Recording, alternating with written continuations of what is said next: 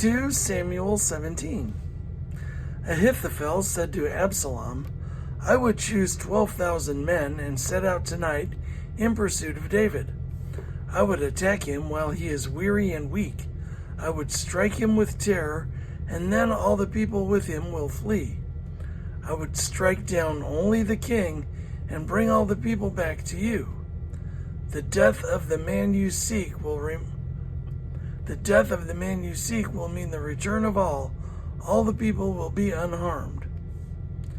This plan seemed good to Absalom and to all the elders of Israel. But Absalom said, Summon also Hushai the Archite, so we can hear what he has to say as well. When Hushai came to him, Absalom said, Ahithophel has given this advice. Should we do what he says? If not, give us your opinion. Hushai replied to Absalom, The advice Ahithophel has given is not good this time. You know your father and his men. Oh, man.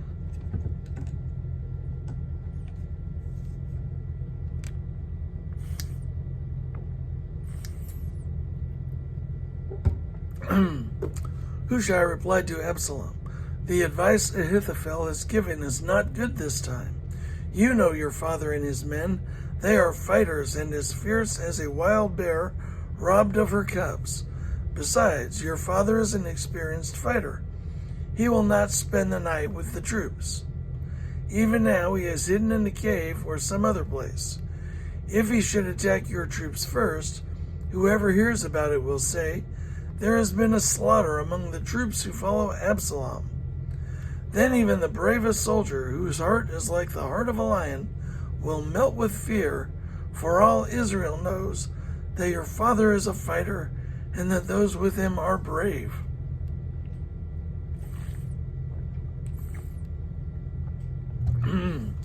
So I advise you, let all Israel from Dan to Beersheba, as numerous as the sand on the seashore, be gathered to you, with yourself leading them into battle. Then we will attack him wherever he may be found, and we will fall on him as dew settles on the ground. Neither he nor any of his men will be left alive.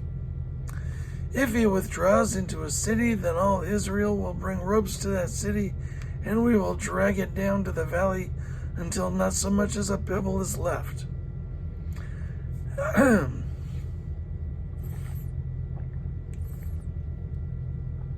Absalom and all the men of Israel said, The advice of Hushai the Archite is better than that of Ahithophel. The advice of Hushai the Archite is better than that of Ahithophel. For the Lord has determined to frustrate the good advice of Ahithophel in order to bring disaster on Absalom. Hushai told Zadok and Abiathar, the priests, Ahithophel has advised Absalom and the elders of Israel to do such and such, but I have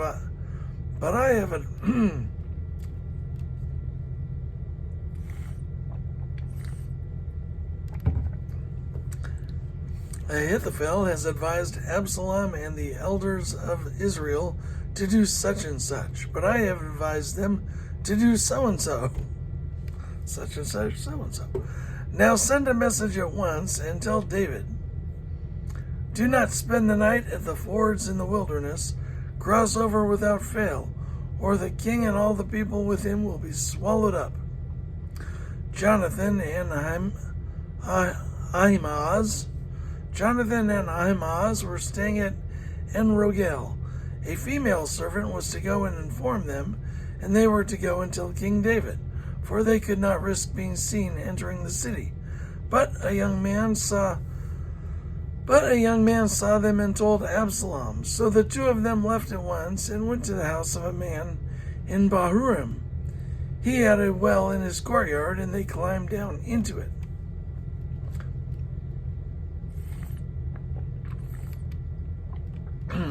He had a well in his courtyard, and they climbed down into it. His wife took a covering and spread it out over the opening of the well, and scattered grain over it. No one knew anything about it.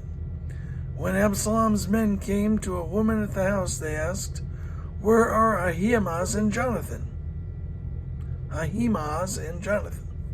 The woman answered, "They crossed over the brook."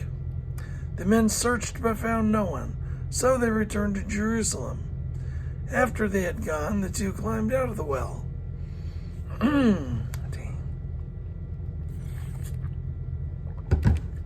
After they had gone, the two climbed out of the well and went to inform King David. They said to him, "Set out and cross the river at once. Ahithophel has advised such and such against you." So David and all the people with him set out and crossed the Jordan. By daybreak, no one was left who had not crossed the Jordan. When Ahithophel saw that his advice had not been followed, he saddled his donkey and set out for his house in his hometown. He put his house in order and then hanged himself. When Ahithophel saw that his advice had not been followed, he saddled his donkey and set out for his house in his hometown. He put his house in order and then hanged himself. So he died and was buried in his father's tomb. Absalom's death. When David went to Mahanaim, David went to Mahanaim, and Absalom crossed the Jordan with all the men of Israel. Absalom had appointed Amasa over the army in place of Joab. Amasa was the son of Jether, an Ishmaelite who had married Abigail, the daughter of Nahash, and sister of Zeruiah, the mother of Joab.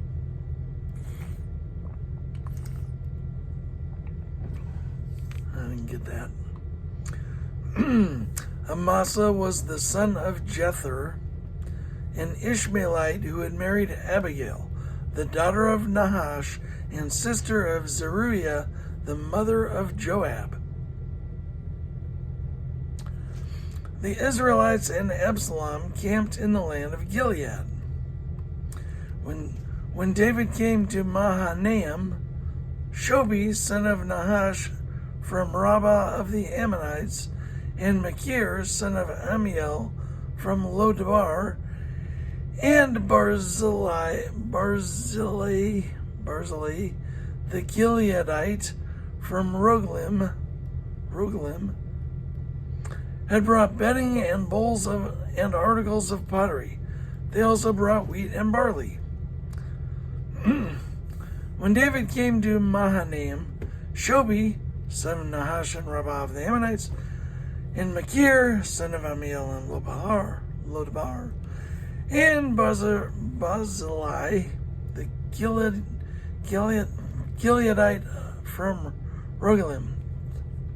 When David came to Mahanaim, Shobi, Machir, and Barzillai brought bedding and bowls and articles of pottery. They also brought wheat and barley, flour and roasted grain, beans and lentils, honey and curds, sheep and cheese from cow's milk for David and his people to eat. They said, "The people have become exhausted and hungry and thirsty in the wilderness."